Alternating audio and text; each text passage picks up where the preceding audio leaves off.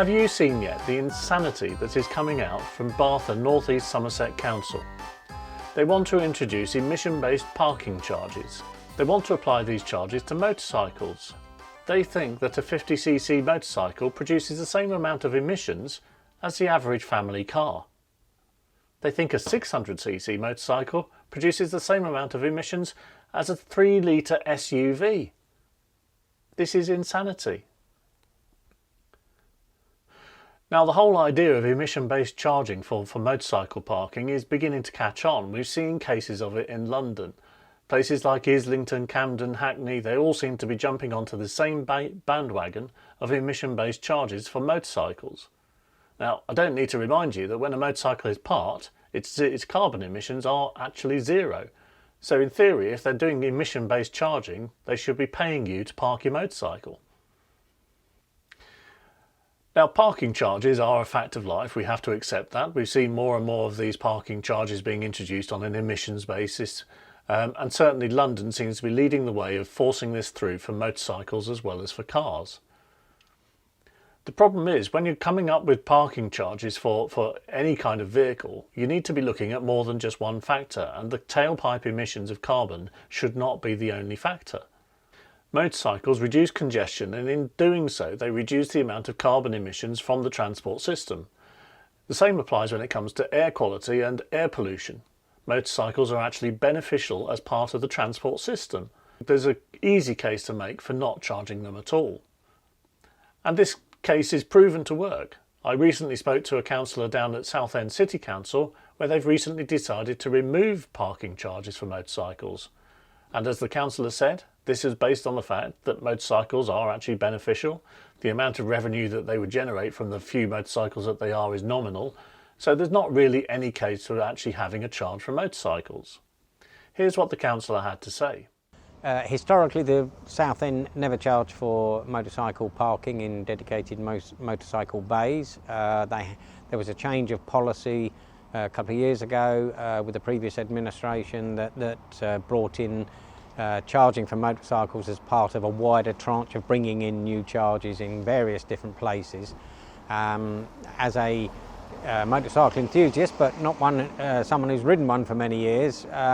But I just think it was wrong to charge for motorcycles anyway, given the very limited space they take up, and they are better if you're not coming in a big car on your own, but just come on your bike. I think we need to encourage that. For me, it was quite important to get the motorcycle charging reinstated back to being free in dedicated motorcycle parking bays. And as an organisation, MAG promotes modal shift from cars to motorcycles because it reduces the amount of congestion. Obviously, when it comes to parking, a lot less space is required. Do you think that those were the things that helped to arrive at the decision to do this, or were there other factors? What are the key arguments that you think motorcyclists should be making to avoid the introduction of parking charges for motorcycles? Well, I think those are the ones that they should be making, that it's about encouraging modal shift. Look, we're all being encouraged to get out of our cars and get onto bicycles. Well, I mean, a bicycle and a motorcycle in principle are the same two-wheeled form of transport. One is just motorised and one is not, so so absolutely. So if we are to encourage people to adopt any form of modal shift from one form to another, then it's very important that we offer the carrots rather than, treat them all with the same stick. So treating a motorcyclist in exactly the same way as someone driving a car was wrong in my view. I think there should be certainly some dispensation or free parking, for motorcycles. Now, we've seen issues in London where places like Camden and Hackney are looking at pushing through these emission-based charges for motorcycles in a totally unfair and unrealistic way. But Bath really do take the biscuit here. They have effectively said that they consider a 50cc motorcycle to be just as carbon impactful as the average family car. They are suggesting that a 600cc motorcycle produces the same carbon emissions as a 3-litre car. This is just insanity. Yes, the proposal is for a 50cc motorcycle to be charged the same to park as the average family car. We can't allow this to happen. And many of you have written into MAG to say that you don't want to see this happen. So I've spoken to Jeff Mills, the political rep for the region, to see what is going on. Here's what he had to say. Well, I mean, it seems really illogical what we're proposing. That they're grouping motorcycles by the vehicle tax bans, which of course are well out of date and which probably should have been reviewed decades ago. And that what they're doing is equating motorcycles under 150 cc's with cars up to 1,550 cc's, and at the other end, motorcycles over 600 cc's with cars that are basically 3 litres or more. And they're proposing, therefore, to charge a 750cc motorbike the same price as a 4.5 litre Range Rover. And there's also no recognition of the fact that motorcycles take up less road space or less car parking space than a car.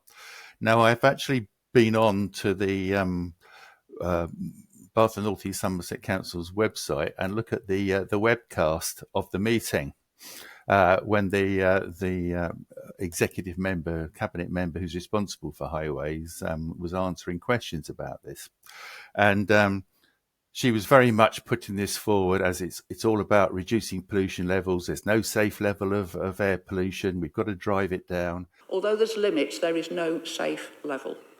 Everywhere has an air quality problem. There is no safe level for pollution. It's absolutely wrong to say that anywhere can hand on heart say there is no air pollution issue, because that's just not the case. She was saying basically in Bath, what they would really like to see is no traffic coming into Bath at all, and that everybody using the train, bus, park and ride, etc., to access central Bath. Obviously, this is going to apply to other areas as well, and she's saying it's a consultation. She was at great pains to make out, we haven't decided anything yet. We will take into account the views of the public and anybody else who wants to comment. We have our public consultation where people will be able to input their thoughts, and we genuinely read every single one of them, and we encourage everyone to come in with their thoughts about how we can do some of this stuff. The outcome of a TRO and a consultation is going to be in advance. Consultation, we will see what people think. That's why we do a consultation, and these aren't sham consultations. We do consultations to listen to what people feel is better, and then make the balanced decision based on all the input we get. Although some of the councillors who were at the meeting were a bit sceptical about that. They said, well, you produce all these detailed tables with all these detailed charges, and you want to implement it by October this year. So it's got to go through a legal process, the traffic regulation order process. If you make substantial changes to it, well, they didn't say this, but I'm saying this, you'd have to re-advertise all the orders. There's no way you get it in for October and therefore meet the budget requirements of the next financial year.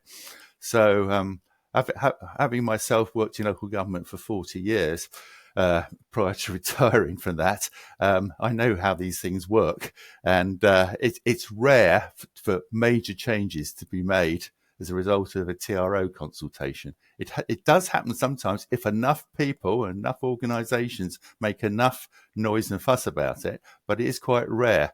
You get changes around the edges quite often, but once it's gone through this budget process agreed by the council, it's hard to change things. I was aware that 2 years ago they introduced emissions-based charging for cars in Bath itself, and I think also in a town called Camden between Bristol and Bath.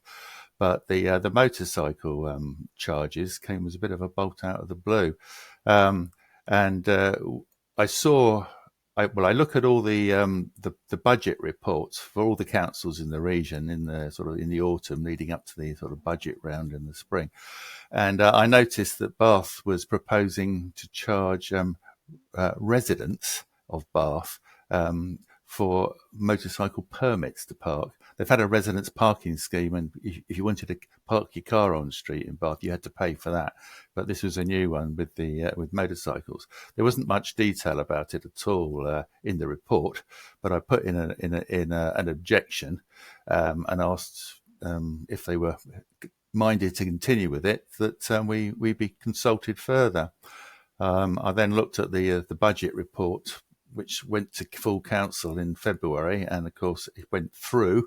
Our comments were noted, but that's as far as it went as far as that.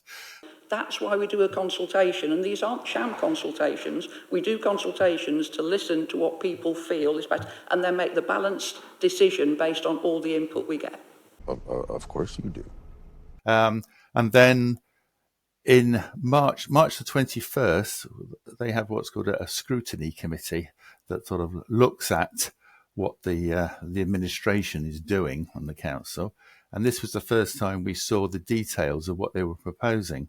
And it wasn't just parking permits being required for residents with motorcycles in Bath, but they were going to introduce emissions-based charging, not only in Bath and Keynsham, but they're also extending it for cars and motorcycles to other towns as well in the area. It's about motorbikes. Increasingly, motorbikes are of a size that means that they take up a full bay or a full space, so we're looking to charge them as well.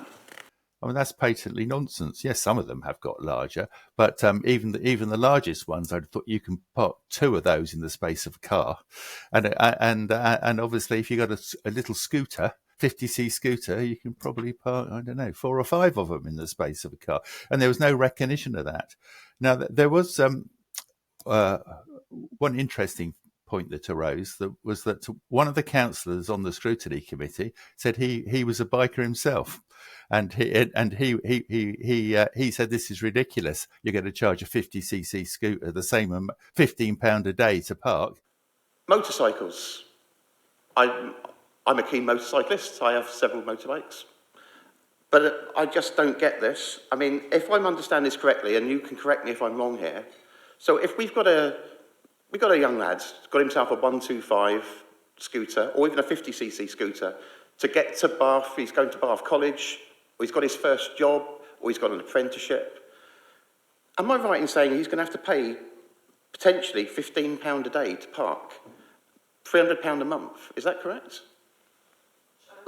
As part of the consultation that we're doing, we're going out to consult, as I say, about charging for motorcycles, and I'm sure people will have a range of views. Really? A motorcycle now, if it's taking the same space as a car and is being as polluting as some of the cars can be. Say what now? Sorry, you're saying that a 50cc moped, which is 50cc, you can get 20 of those in a 1 litre engine. You're saying that you're categorising that in the same category in pollutions because you haven't got any data? No, Sean, what I'm saying is that we're going out to a consultation that says, are we looking at this in the right way? No, you're not. Should we be charging motorbikes? And if so, how should we be charging them? The suggestion in there is that we default to the highest level if we haven't got the data. That is being consulted on. You know, you got some, 16-year-old who's on the minimum wage for a 16-year-old, which isn't a lot, and he's getting charged £15 a day. So I'm going to make contact with him. So obviously he's a potential ally here, and we need to try and find out if any other councillors are bikers as well, because that's always very helpful in these cases. The West of England Combined Authority consists of 4 councils, including Bath and North East Somerset. In their joint transport plan, it clearly states that the first of their 5 objectives is to take action against climate change and address poor air quality. Now, thanks to the work of Jeff and other MAG activists in the area, the transport plan is actually quite positive about motorcycling, and it states that it will recognise the needs of motorcycle and moped users, including providing more secure parking for those vehicles. And it actually states that this policy contributes towards the delivery of the first objective of the transport plan, taking action on climate change and air quality. So clearly they recognise the fact that motorcycles are actually beneficial for reducing carbon emissions. So what's the logic then for applying parking charges based on tailpipe emissions to motorcycles when they've said that this is a solution for carbon emissions? No, I mean there's nothing in the local transport plan about that, and we were heavily involved with that, and involved in actually writing the policy on motorcycles at the time, and I mean it talks about providing increased secure parking provision. Doesn't say anything about charging, and generally being positive towards motorcycles, recognising the role they got to play in the region and also in the local areas, and providing space-efficient means of transport and economical transport as well. So particularly for those who hadn't got a car, who didn't want to have a car. So yeah, this is not really in the spirit of the local transport plan, for that's for sure. I mean, it's illogical. They say that their plans are fact-based and based on evidence. I'd like to see this evidence. I've written to the cabinet member for highways asking for basically an exploratory meeting, an exchange of views, so we can understand where they're coming from and they can understand where we're coming from. So really, we want to try and have that as soon as possible. She hasn't responded to me yet, but then obviously, depending on what's said, then we'll have to decide what we're going to do next. But obviously, we need to alert MAG's membership in the area and other motorcyclists. There is a rep for the BMF in Bath. I don't think they commented on the budget proposals, but late is better than never. And we worked with the BMF in the past many years ago when we first introduced motorcycles in bus lanes in Bristol, and that was effective. If you live in Bath and North East Somerset, please do get in touch with your local councillor and let them know just how ill-considered this proposal is. As Jeff says, we are waiting for a response to get this meeting. We'll be making sure that everybody is involved. We've invited the BMF rep for the area to the meeting as well, and we need to get everybody on board in making sure that the council realise just how big a mistake they are making. It is contrary to their own policy, it is contrary to all common sense, and it needs to be stopped. And if you think that you don't live in Bath, you never travel to Bath, it's not a big deal for you, just remember that the basis for doing this is going to be followed by councils all across the country. We've seen it in London, we've seen it now in Bath and North East Somerset. It is going to happen everywhere. If we don't stop it here, this will be set as a precedent that is followed by other councils around the country. Emission-based parking charges are probably going to be a thing no matter where you are in the country. But we've got to make them see common sense and see that blindly applying it to motorcycles, especially in a disproportionate way such as Bath are suggesting, is just not sensible. Motorcycling can actually help reduce carbon emissions, not increase them. Motorcycling should be encouraged, not discouraged. It's a simple message, it can work, as we've shown with the decision that was made in Southend City Council. We need to make sure that Bath does not set a precedent that the rest of the country follows. Please join MAG and help us in this fight to make common sense become common.